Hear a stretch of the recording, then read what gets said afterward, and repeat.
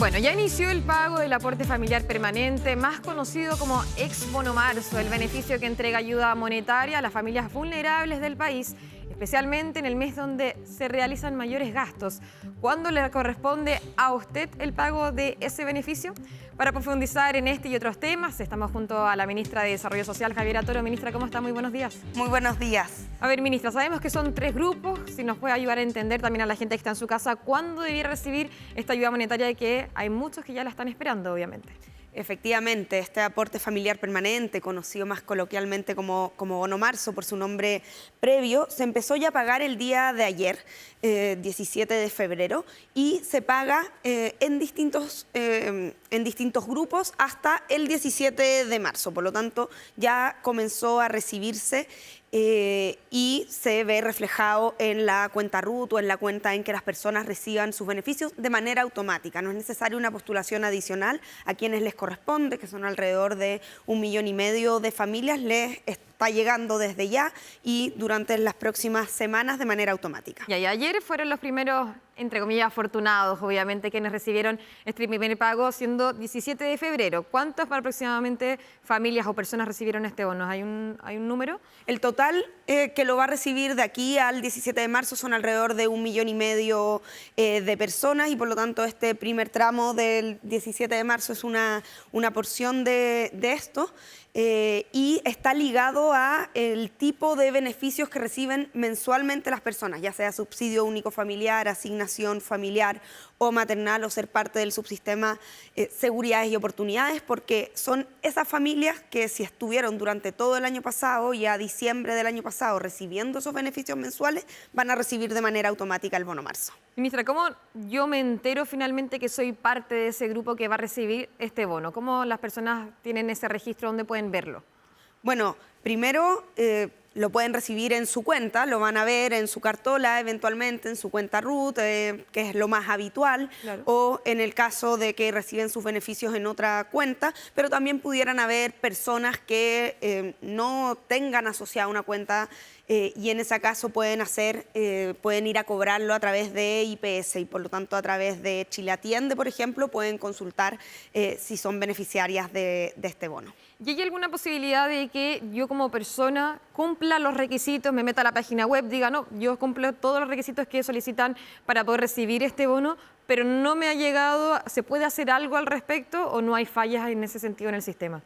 En general funciona bastante bien, pero siempre podría existir algún error y en ese caso claro. Se puede hacer la solicitud de revisión. Pero para que quede claro quiénes los reciben, quienes al 31 de diciembre del año 2024 estuvieran siendo beneficiarios, ya sea de asignación familiar, asignación maternal, subsidio único familiar automático o ser parte del subsistema Seguridades y Oportunidades.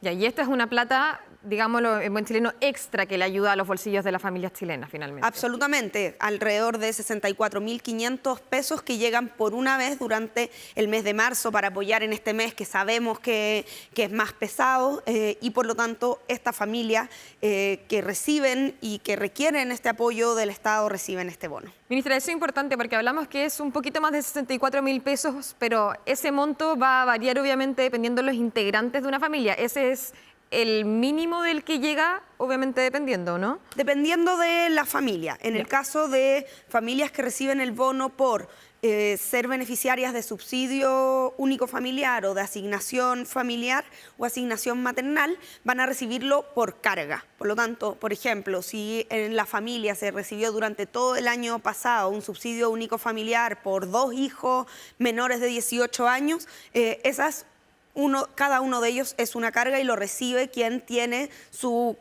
cuidado personal, su madre, padre o guardador. Y en el caso de quienes lo reciben por ser parte del subsistema Seguridades y Oportunidades, el monto es por familia.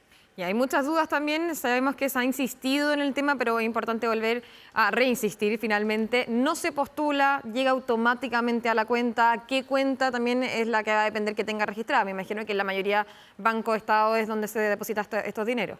Efectivamente, llega de manera automática, sin embargo se puede consultar si uno es beneficiaria, como señalaba, entre otras en la página de Chile Atiende, y se va a transferir de manera automática. En la mayor mayor parte de los casos esto se recibe en la cuenta RUT. Ya, ministra, las fechas importantes son el 17 de febrero, ayer el 3 de marzo y el 17 de marzo, un mes prácticamente en donde se entrega este bono. ¿Es esa la fecha exacta en donde las personas debieran recibir este dinero o va ocurriendo durante o a lo largo de todos estos días, obviamente dependiendo del grupo que uno pertenezca? Es cuando se empieza a pagar, por lo tanto es desde, pero la verdad es que es un proceso bastante rápido, por lo tanto el grupo que que entró a ser pagado desde ayer, a lo más en un par de días deberían estar recibiéndolo. Ahora, si alguien debiese recibirlo, por supuesto, y hubiese algún error, hay que darle un par de días al sistema, pero en la medida en que estas personas, estas familias han estado recibiendo los beneficios durante todo el año pasado, no debiese haber errores en ese sentido, porque han estado recibiendo ya sea la asignación familiar o el subsidio único familiar de manera mensual en sus cuentas y por lo tanto ese sistema está bastante aceitado, por decirlo de una forma. Claro, pero importante también mencionar de que hay muchas personas que estaban esperando esta plata, considerando también que es un marzo siempre complicado, si vienen muchas alzas también importantes en diferentes áreas de la vida, obviamente.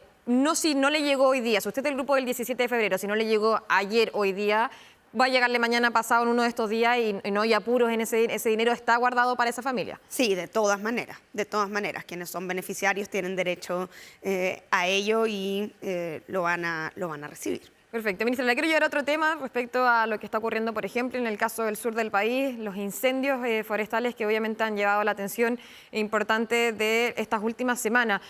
Hay un trabajo importante que hacen de parte del Ministerio de Desarrollo Social, sobre todo con lo que tiene que ver con la reconstrucción, ponerse de pie nuevamente a esta familia y para ello hay una ficha, la ficha FIBE, ya bien conocida a raíz de las catástrofes que hemos enfrentado no solo en el verano, también durante la época de invierno en el país. ¿Ya se comenzó ese registro? ¿Cómo funciona también para que las familias estén tranquilas? Bueno, cuando hay catástrofe se producen distintos daños, ¿cierto? En el caso de los incendios de la zona sur de la semana pasada, de hecho el ministro de Agricultura estuvo ahí, estuvo anunciando ya también las primeras ayudas productivas, porque en zonas rurales se afecta mucho también ese tipo de actividad. La actividad agrícola, la actividad ganadera, pero cuando hablamos de afectación de vivienda, ahí tenemos la ficha FIBE. La ficha FIBE es una ficha, ficha básica de emergencia se llama, que lo que permite es catastrar daños a las viviendas y los enseres de manera muy rápida. Y por lo tanto debe aplicarse en el domicilio donde se produjeron estos daños. ¿Cómo se inicia este proceso? Habitualmente son los municipios los que piden la apertura del evento en el sistema, porque los municipios están justamente acreditados con el Ministerio de Desarrollo Social, tienen a los funcionarios capacitados para ello y comienza la aplicación de la ficha, si es necesario se apoya con funcionarios y funcionarias del Ministerio. Y con esa información tenemos información respecto de los daños, en este caso, a la vivienda y los enseres. Otro tipo de daños, como daños productivos, como daños agrícolas, hay otro tipo de catástrofes como son del Ministerio de Agricultura y el Ministerio de Economía eventualmente. Y la importancia de esta ficha FIBE también es en cuanto al registro que se hace de ese daño, porque hay varios tipos de daños de la vivienda finalmente, si es que la perdió por completo o, por ejemplo, si el daño es solamente parcial en cuanto a la casa en sí. Efectivamente, la ficha recoge información sobre el grupo familiar, sobre las necesidades de ese grupo familiar, las condiciones de la vivienda y el nivel de daño que tienen tanto la vivienda como los enseres. Es una combinación, por lo tanto puede haber distintos niveles de daño y en función de esa información el Estado y las distintas instituciones pueden tomar decisiones también. Ministra, ¿existe algún registro ya sobre la cantidad de casas perdidas o quemadas absolutamente en el sur del país a raíz de estos incendios? Esto se inició la semana pasada, las primeras fichas FIBE se tomaron en la región de la Araucanía y en la región de Ñuble y a fines de la semana pasada había alrededor de 83 fichas FIBE, 81, 83 fichas FIBE que así habían sido aplicadas. La actualización exacta al día de hoy la tendría que revisar. ¿Y esa ayuda de qué forma y en cuánto tiempo también se entrega? El catastro lo hace el Ministerio de Desarrollo Social para poder determinar los daños y se pone a disposición de las distintas instituciones que deben definirlo. Por ejemplo, en el caso de las catástrofes se puede constituir un comité de ayudas tempranas que preside la Subsecretaría del Interior. Por lo tanto, ahí corresponde a otra instancia la determinación de eventuales apoyos con esta información que levanta el Ministerio de Desarrollo Social. Y por eso es tan importante esta rapidez en la aplicación de la ficha. Ministra, ¿y cómo le entregamos seguridad a estas familias, muchas de ellas que perdieron todo desde su vivienda, importantísimo también a su ingreso familiar, prácticamente económico, considerando la quema de los campos, de sus cosechas, de que se le va a llegar esa ayuda? Porque finalmente en muchos casos se compara a, por ejemplo, el caso del año pasado, el incendio en Valparaíso, en donde vemos que a un año todavía la entrega de las viviendas sigue siendo un tema y de que hay muy pocas en comparación a los que se había comprometido incluso. Bueno, estamos recién saliendo de la fase de enfrentar directamente la emergencia, de que puedan entrar los equipos a levantar la información y dependiendo también de la magnitud y las características de cada una de las catástrofes y en este caso la información que se levanta a través de la ficha u otros catastros, se pueden tomar decisiones de cuáles son los apoyos, ya sea de ayudas tempranas o eventualmente soluciones más de largo plazo, pero cada una de las catástrofes es distinta, por lo tanto ahí se tienen que constituir las instituciones, los organismos que toman estas decisiones, que dependen, por ejemplo, el Comité de Ayudas Tempranas de la Subsecretaría del Interior. ¿Y se han tomado lecciones del incendio de Valparaíso para no hacer esperar a la gente, que ya lo veíamos en diferentes protestas, manifestaciones que se realizaban hace poquitas semanas nada más, cuando se cumplía un año del incendio, a la espera de sus propias viviendas? De todas maneras, nosotros miramos los procesos anteriores. En el caso del incendio de la región de Valparaíso, fue un incendio de una gran magnitud, decimos en términos al menos de personas fallecidas, la catástrofe más grande que hemos tenido después del terremoto del año 2010 y ahí se han hecho esfuerzos bien importantes en distintos ámbitos. Durante el primer año no solo hubo entregas importantes de apoyo en términos de bonos de enseres, de bonos de acogidas, de viviendas de emergencia, pero también de apoyos productivos. Más de 2.500 emprendedores o pequeñas y medianas empresas recibieron apoyo de apoyos psicosociales, pero entendemos también que en materia, por ejemplo, de vivienda hay una mayor urgencia que tenemos que poner y por eso se han ido tomando también ciertas definiciones que permiten que se vaya avanzando con mayor celeridad y que se pueda atender a gran parte de la población afectada. Por ejemplo, en el caso de la región de Valparaíso, de Viña, Quilpué, una de las situaciones que los afectados plantearon, por ejemplo, al Ministerio de Vivienda y a nosotros reiteradamente, era la situación de personas que con la normativa vigente anteriormente no podían recibir una vivienda definitiva porque, por ejemplo, tenían 2 viviendas. Para eso, el Ministerio de Vivienda tuvo que modificar un decreto, el decreto 332, y establecer que bajo ciertas condiciones de vulnerabilidad, incluso personas que tenían otra vivienda van a poder ser beneficiadas porque están y quedaron en condiciones de mucha vulnerabilidad con este incendio. Dicho eso, ministra, ¿hay plazos específicos para la gente de Valparaíso que nos debe estar viendo? Cada uno de los sectores afectados tiene distintas estrategias y distintos plazos. Hay personas que ya han empezado a recibir su vivienda definitiva porque han decidido trasladarse a otros proyectos, por ejemplo, que estaban listos. Hay otros proyectos que han sido identificados que están ya en curso y hay otros que son de mayor complejidad, obras que van a comenzar durante este primer semestre y esperamos que durante el 2025 y 2026 ya puedan estar culminados. Y hay otros sectores que las personas también saben, por ejemplo, campamentos, zonas que estaban en lugares que requerían ya sea urbanización o obras de mitigación de riesgo que pueden tener plazos más largos. Ministra, solo para cerrar, ¿cuál es la dificultad finalmente en estas viviendas, más allá obviamente de su construcción? Porque si lo vemos, por ejemplo, el año 2023, también un incendio en la Araucanía, donde se comprometía en un año la construcción de 400 casas, finalmente en un año solo se entregaron 17. ¿Por qué la demora a estos compromisos que deberían ser de máxima urgencia? Hay distintos tipos de dificultades, algunas que tienen que ver con características del terreno, topográficas en particular. la zona afectada en la región de Valparaíso. Algunos sectores tienen condiciones muy riesgosas y por lo mismo no se puede construir de la misma manera que estaba, y eso son quizás los proyectos más complejos.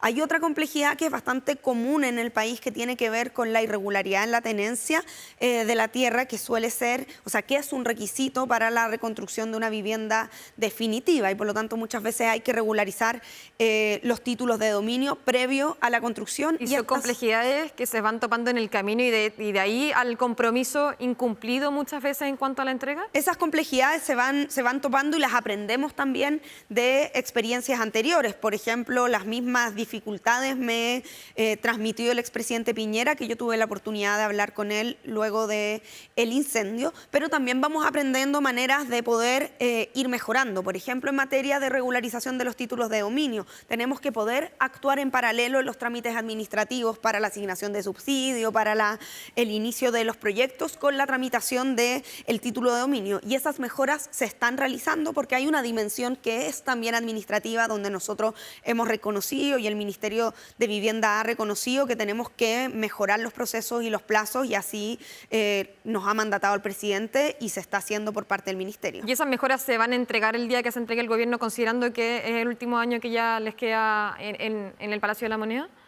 De ¿El todas próximo maneras, gobierno va a encontrar más fácil de alguna manera poder enfrentar este tipo de catástrofe? uno de los compromisos que yo he asumido es que las reconstrucciones tienen que tener una mejor institucionalidad. Por lo tanto, yo espero que esta reconstrucción nos deje un legado institucional para tener mejores capacidades de enfrentar las reconstrucciones. El terremoto del 2010 permitió mejorar toda la institucionalidad de la emergencia, y hoy día tenemos SINAPRED, SENAPRED, que antes no existía, pero institucionalidad de la reconstrucción no tenemos, y eso es uno de los legados que a mí me gustaría que quede de esto. Hay dos elementos principales de esto, y uno que ya ha avanzado, que tiene que ver con que la coordinación de las reconstrucciones ya no siga teniendo una figura ad hoc, porque todas las reconstrucciones han tenido un delegado distinto, maneras distintas de coordinarse, y ahora eso va a estar en el Ministerio del Interior, en el nuevo Ministerio del Interior, a propósito de la creación del Ministerio de Seguridad.